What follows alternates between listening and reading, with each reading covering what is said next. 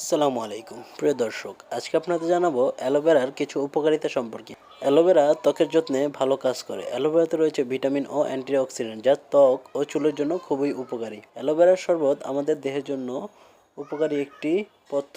প্রতিদিন 1 গ্লাস করে অ্যালোভেরা শরবত খেতে পারলে আমাদের শরীর থাকবে অনেকটাই সতেজ।